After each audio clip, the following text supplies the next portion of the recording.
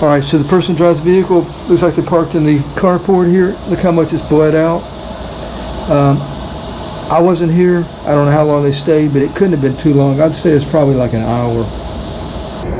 Hello, thanks for watching the video. So I have a car that has a power steering leak, a bad power steering leak. It leaks about one full mark or line from, it goes from hot to cold. That will leak in one day or more. And I'll drive this car, and I'm not really around this car that much, except for in the morning time when I leave. I have to check all the fluids in this car for the driver. They're always on the go, busy somewhere, and they really don't take time to care for this. So I try to do that for them. And I've been topping this thing off for about a month. And it will sometimes look like it's empty when I pop the hood the next morning. I always ask them, say, hey, are you having any problem steering? They say no. And I told them they have a leak and make them aware that they can add some fluid to it. So I don't know if they ever do or not, but every time that I look at it, every day now, it's always, if I fill it up, right now it's hot, so it's going to be raised up a little bit, but usually it's like right here in the cold, the high on the cold, and then the next day it will drop all the way down to the low. So the problem is it's leaking, and for the last month I thought it was the pump until a few days ago I realized that it's the hose. Okay, so the reason I realized that is because all this fluid has been built up right here, and this was dry. This is the return line. This is a 3/8 of an inch inner diameter return line. The return line is smaller. It's on the top of the reservoir, and and this is the high pressure hose on the bottom. So I have checked the reservoir for any leaks. I did that a long time ago, but yeah, I was thinking it was the pump. So we continued to top it off, added some Lucas. It stopped for a while, and then a few days ago I realized it was the hose. I don't have a hose right now, so we're going to do a temporary fix today. I don't even have any tools. All I have is a splicer and a pocket knife, so hopefully we can do that before it gets dark here, and then I can order a hose and replace this hose completely. And let me just show you how to do that. You'll just pull it off here when I get the right one, and then put it down here, right there, and just replace that. It's kind of hard to see, but it's not a big deal really. So yeah, we're gonna try to temporarily fix it. Let me grab my pocket knife. All right, see where the motor mount. All right, see where the motor mount has cut into the hose right there.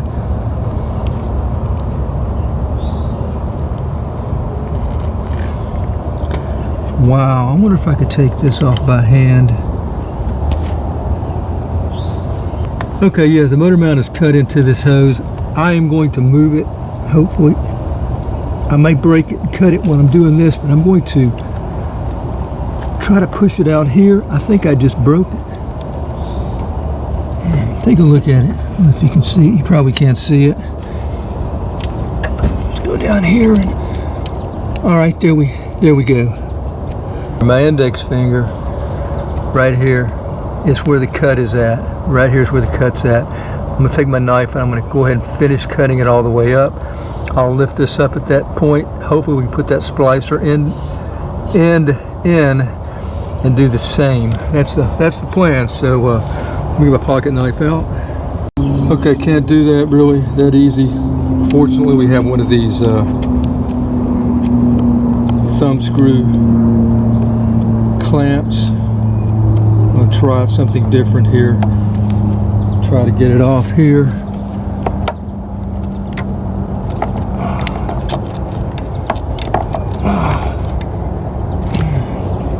I moved the coolant reservoir out of the way, able to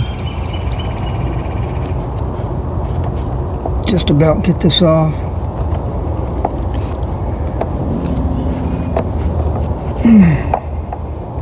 Well, that's a long nipple. All right, I don't know if that's gonna, look at all that stuff. I should have emptied this. Let me see if I can plug that real quick. All right, got a stick in there. See my cut hose right there. Let's finish cutting that all the way.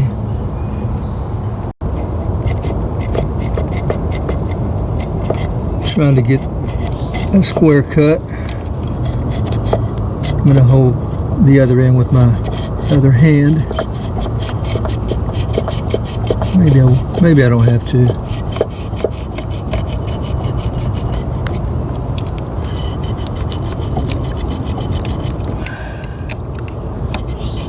Ah, Woody cut my knuckles up. Ah, squirted in the face.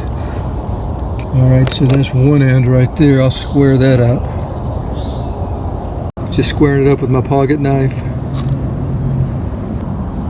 There we go. Here's my 3/8 nipple. I got this at, I believe, Home Depot. Alright, so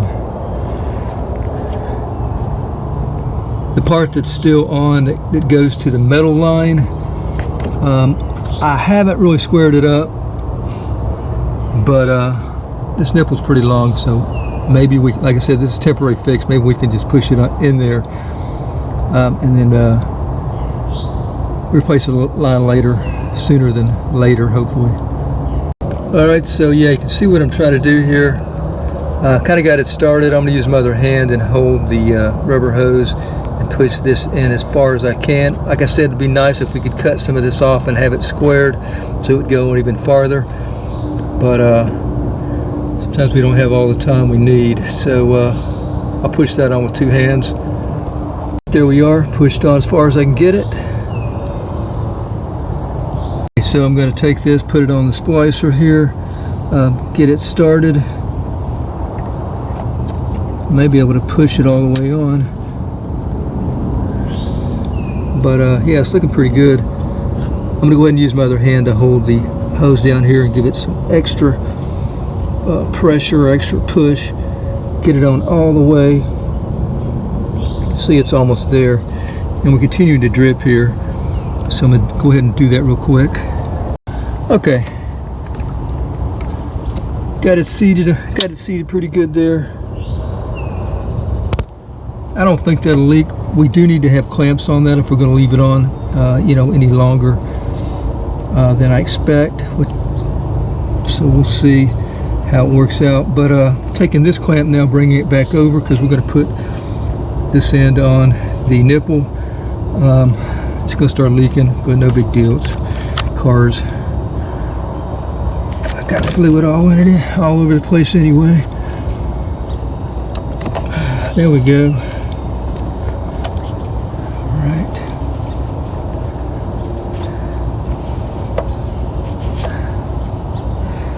All right, beautiful. So there's where our splicer is at. No clamps on it, but it is on as far as we can get it, both ends. Got this clamp here. We're going to tighten by hand.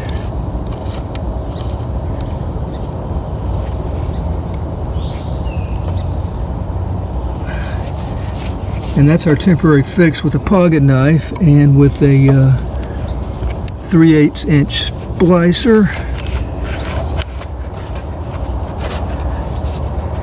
I'm going to check the reservoir, and then I'm going to gauge it tomorrow and see where it's at. So you can see it's practically empty. Let's bring it up to the, this car hot still. Let's bring it up to the cold high. All right, there's the cold high.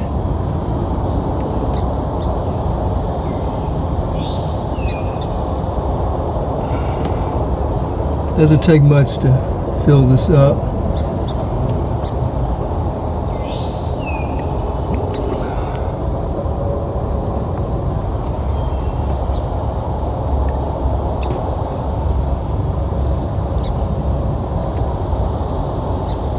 Car's actually still a little warm.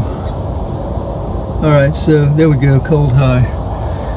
What I'm going to do now is check a feeling where we put that splicer in place and see if there's any leaking.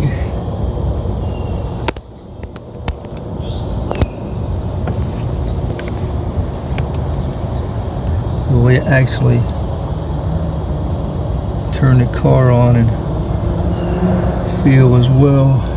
Nothing so far, but I'll leave an update and let you know how much, if any, is still leaking by tomorrow. So yeah, we're right there. Let's go ahead and start it up. All right, we've got our bag. I've got this bag placed right under our fix there. We're going to start it up. Now, I don't even know if starting it up is going to really affect that return line necessarily. But we will we'll do that and check.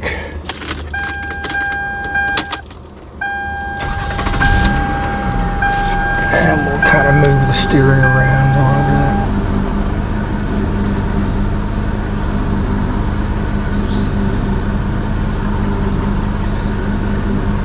Let's take a look.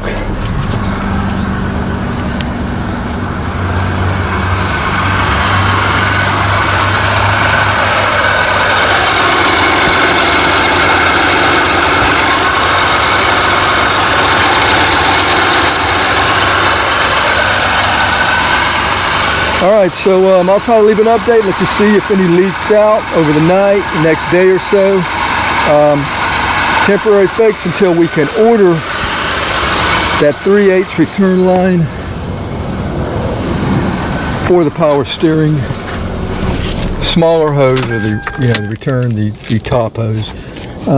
Thank you for watching the video. Until next time, have a nice day. Take care.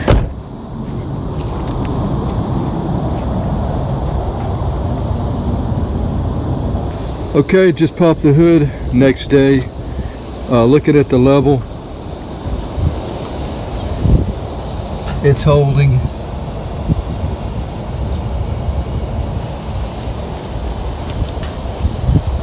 Looking at the hose work we did, putting that splicer in there. All right, it looks a little wet, but I can't, this one, top one's dry, so it looks a little wet. Remember, we weren't able to really get a good square cut on this end. It's really not that.